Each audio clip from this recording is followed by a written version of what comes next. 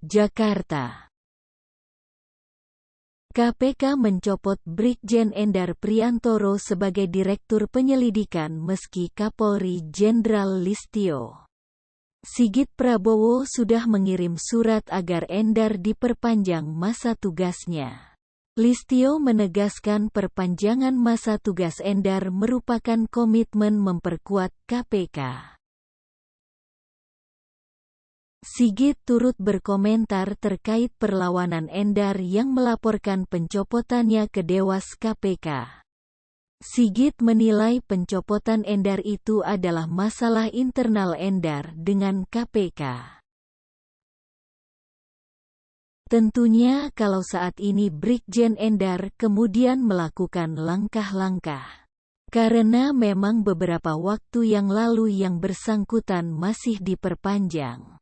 Dan saat ini beliau mengambil langkah. Kami melihat itu sebagai masalah internal Brigjen Endar sebagai anggota KPK, ujar Sigit kepada wartawan. Rabu, tanggal 5 April tahun 2023.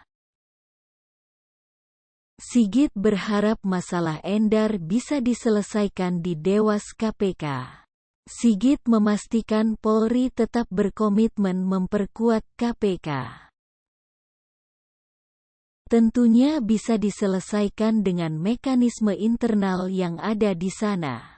Apakah itu dari inspektorat ataukah itu dari Dewas? Yang jelas, Polri tetap berkomitmen memperkuat KPK, katanya. Menurut Sigit, jika Polri menarik 2 orangnya di KPK, hal itu melemahkan KPK. Sigit juga memastikan hingga saat ini Polri menghormati SOP aturan yang ada di KPK dan Polri terkait penugasan personel. Kalau 2 orang kita tarik tentunya justru melemahkan KPK, tegasnya. Penjelasan KPK. Pencopotan Brigjen Endar Priantoro dari jabatan Direktur Penyelidikan KPK tengah menuai polemik. KPK menegaskan keputusan itu telah mengacu pada aturan hukum yang berlaku.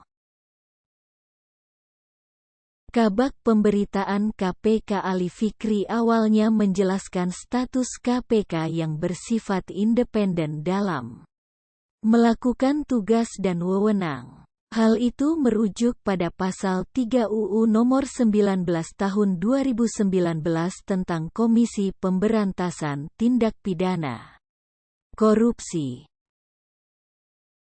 Dalam Pasal 3 UU Nomor 19 Tahun 2019 menyebutkan Komisi Pemberantasan Korupsi adalah lembaga negara dalam rumpun kekuasaan eksekutif yang dalam melaksanakan tugas dan wewenangnya bersifat independen dan bebas dari pengaruh kekuasaan manapun, kata Ali kepada wartawan.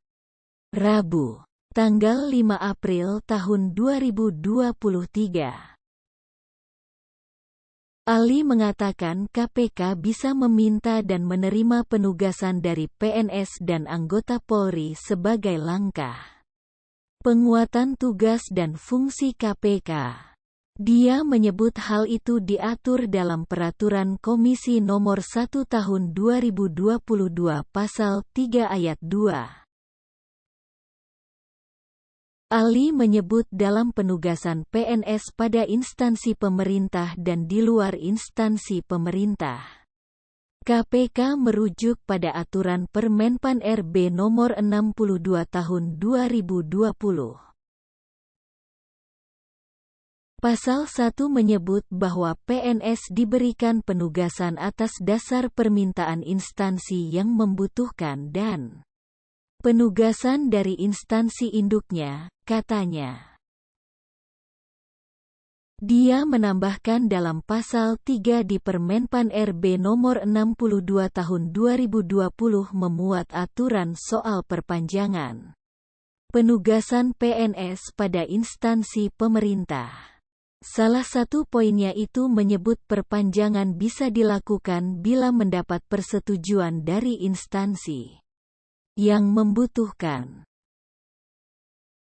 Dalam pasal 3 dikatakan bahwa penugasan PNS pada instansi pemerintah dilaksanakan paling lama 5 tahun dan dapat diperpanjang dengan persetujuan pejabat pembina kepegawaian instansi induk atas. Usul instansi yang membutuhkan sesuai dengan ketentuan peraturan perundang-undangan, jelas ahli. KPK juga merujuk pada Peraturan Badan Kepegawaian Negara (BKN) Nomor 16 Tahun 2022 tentang tata cara penetapan penugasan PNS pada instansi pemerintah dan di luar instansi pemerintah. Pasal 10 ayat 1 aturan itu menyebut penugasan PNS pada instansi pemerintah dilaksanakan paling lama 5 tahun.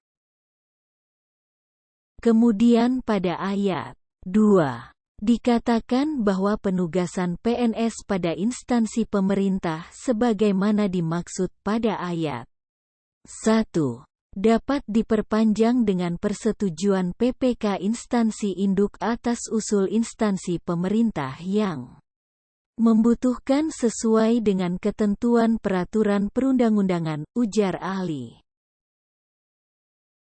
Khusus di kasus Endar, KPK juga merujuk pada Perkap Nomor 4 Tahun 2017 Junto Nomor 12 Tahun 2018 tentang penugasan anggota Polri di luar struktur organisasi yang Polri.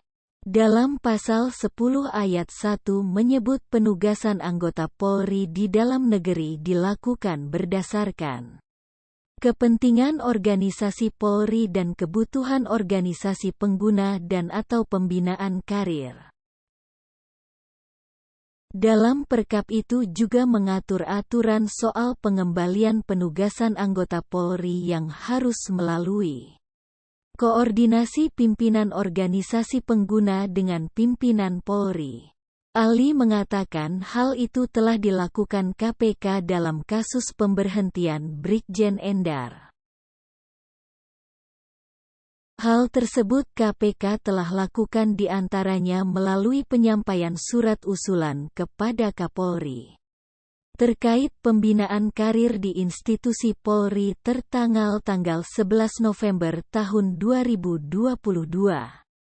Serta surat penghadapan kepada Kapolri tanggal 30 Maret tahun 2023 dan surat pemberhentian dengan hormat pegawai negeri yang ditugaskan pada KPK per tanggal 31 Maret tahun 2023, jelas ahli. Pasal 13 Perkap Nomor 4 Tahun 2017 juga mengatur persyaratan anggota Polri yang ditugaskan di luar struktur organisasi Polri meliputi persyaratan umum, khusus, dan administrasi. Dalam persyaratan administrasi meliputi salah satunya surat permintaan dari pimpinan organisasi calon pengguna kepada Kapolri, ujar Alim. Perkap tersebut juga mengatur tata cara penugasan anggota Polri. Dalam pasal 19 huruf A, angka 1, menyebutkan bahwa Kapolri setelah menerima permohonan dari pimpinan organisasi calon pengguna, meneruskan kepada asisten Kapolri bidang sumber daya manusia untuk menyiapkan anggota Polri yang memenuhi persyaratan.